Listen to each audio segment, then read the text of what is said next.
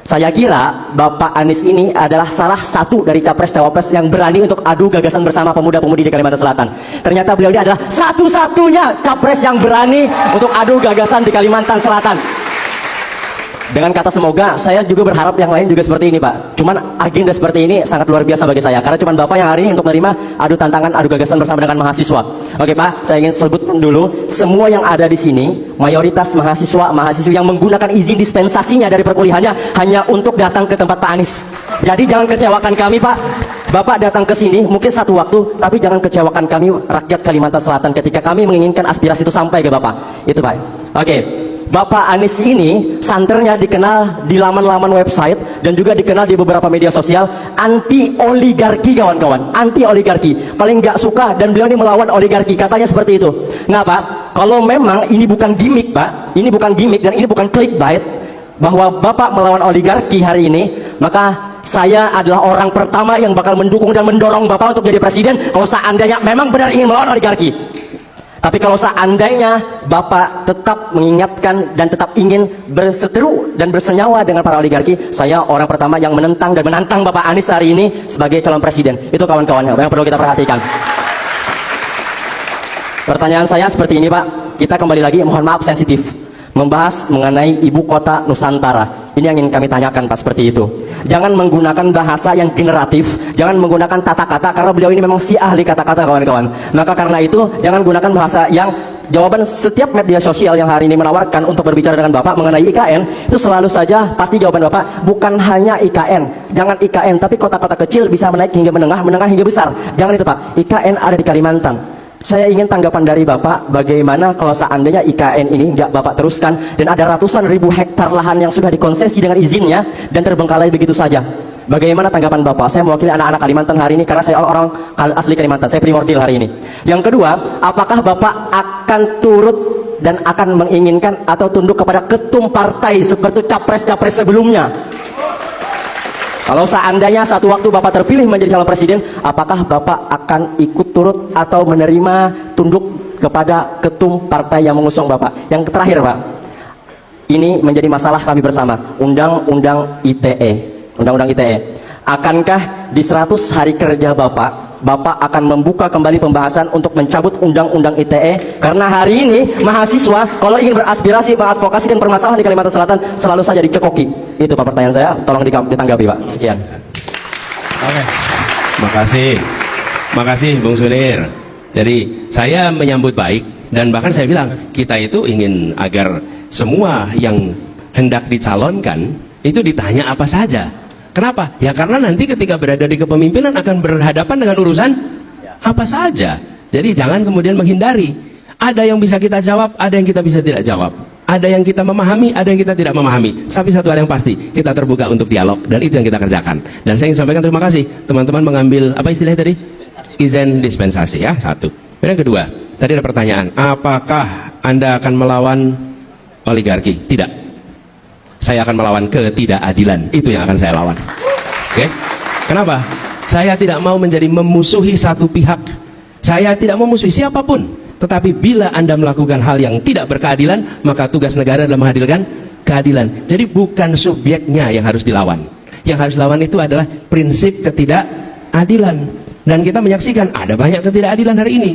Karena itu saya mengatakan perjuangan kami adalah menghadirkan keadilan. Dan dalam kami menggunakan istilah membesarkan yang kecil tanpa mengecilkan yang besar. Oke? Itu dalam semua prinsip. Menguatkan yang lemah tanpa melemahkan yang kuat. Dan itu yang harus kita lakukan. Tapi kalau kita sudah memutuskan saya mau melawan dia, maka kita jadi subjektif. Kita jadi diisi dengan kebencian. Kita bekerja dengan rasa marah. Kita bekerja dengan perasaan permusuhan. Republik ini sudah terlalu banyak permusuhan. Republik ini selalu banyak dipompa dengan emosi-emosi yang membelah. Karena itu saya katakan kita ingin menghadirkan keadilan, gitu ya, Bung Sunir. Lalu yang ketiga, IKN. IKN itu undang-undang, oke? Sudah ditetapkan sebagai undang-undang. Karena itu saya katakan sebagai undang-undang sudah jelas. Sekarang ada sumber daya nih, ada anggaran 400 sekian triliun. Mau dipakai untuk apa? Ya, mau dipakai untuk satu titik yang dimanfaatkan oleh pegawai negeri, oleh ASN yang nanti berada di situ apa? Aparat pemerintah. Aparat pemerintah yang berada di situ. Orang yang bekerja untuk negara. Di saat rakyat kita hari ini membutuhkan tambahan puskesmas, membutuhkan tambahan sekolah. Anak yang putus sekolah karena kurang sekolah masih banyak. Jadi bukan soal IKN-nya, ini anggaran kita mau dipakai untuk apa sekarang? Hari ini kita masih punya PR begitu banyak yang pada waktu sekarang urgen untuk diselesaikan. Guru honorer kita belum diangkat karena katanya anggarannya kurang. Kenapa anggaran itu tidak dipakai untuk mengangkat guru-guru honorer kita sehingga itu bisa menjadi guru? Jadi bukan soal IKN-nya, ini kita punya anggarannya nih, mau diapakan? Kalau anggaran itu tidak diselesaikan, digunakan untuk urusan yang prioritas, oke? Tapi urusan yang simbolik. Simbolik. Ada di sini, kita semua ikut bangga, kita semua ikut bersyukur, tapi bicara persoalan urgen di negeri ini masih banyak urusan yang harus diselesaikan. Jadi undang-undangnya sudah ada. Tinggal soal kapan kita menuntaskannya, mengikuti kemampuan ekonomi kita. Dan itu yang saya maksud, ada urusan yang urgen. Bagaimana kita menjelaskan pada guru-guru yang tidak diangkat karena kita kekurangan anggaran, pada saat yang sama kita sedang membangun istana untuk dipakai seorang presiden. Gimana menjelaskannya itu? Sulit kita. Jadi sekali lagi bukan soal IKN-nya, soal anggarannya nih, mau dikerjakannya kapan, gitu ya. Lalu soal ketua umum partai. Bung Sunir, saya beberapa kali menyampaikan cara kami bertugas di Jakarta. Karena cara kami bertugas di Jakarta, cara mengambil keputusan, mungkin itu bisa digunakan sebagai dasar dalam menilai. Apa cara mengambil keputusan yang kami lakukan? Kami memutuskan, saya memutuskan berdasarkan 4 prinsip. 1, prinsip keadilan. Prinsip keadilan. Bagaimana prinsip keadilan itu ditegakkan dalam keputusan apapun. Yang kedua adalah kepentingan umum, public interest. Di mana itu? Yang ketiga adalah fakta, data, ilmu, objektivitas. Yang keempat baru aturan hukum, undang-undang, peraturan, konvensi. Okay?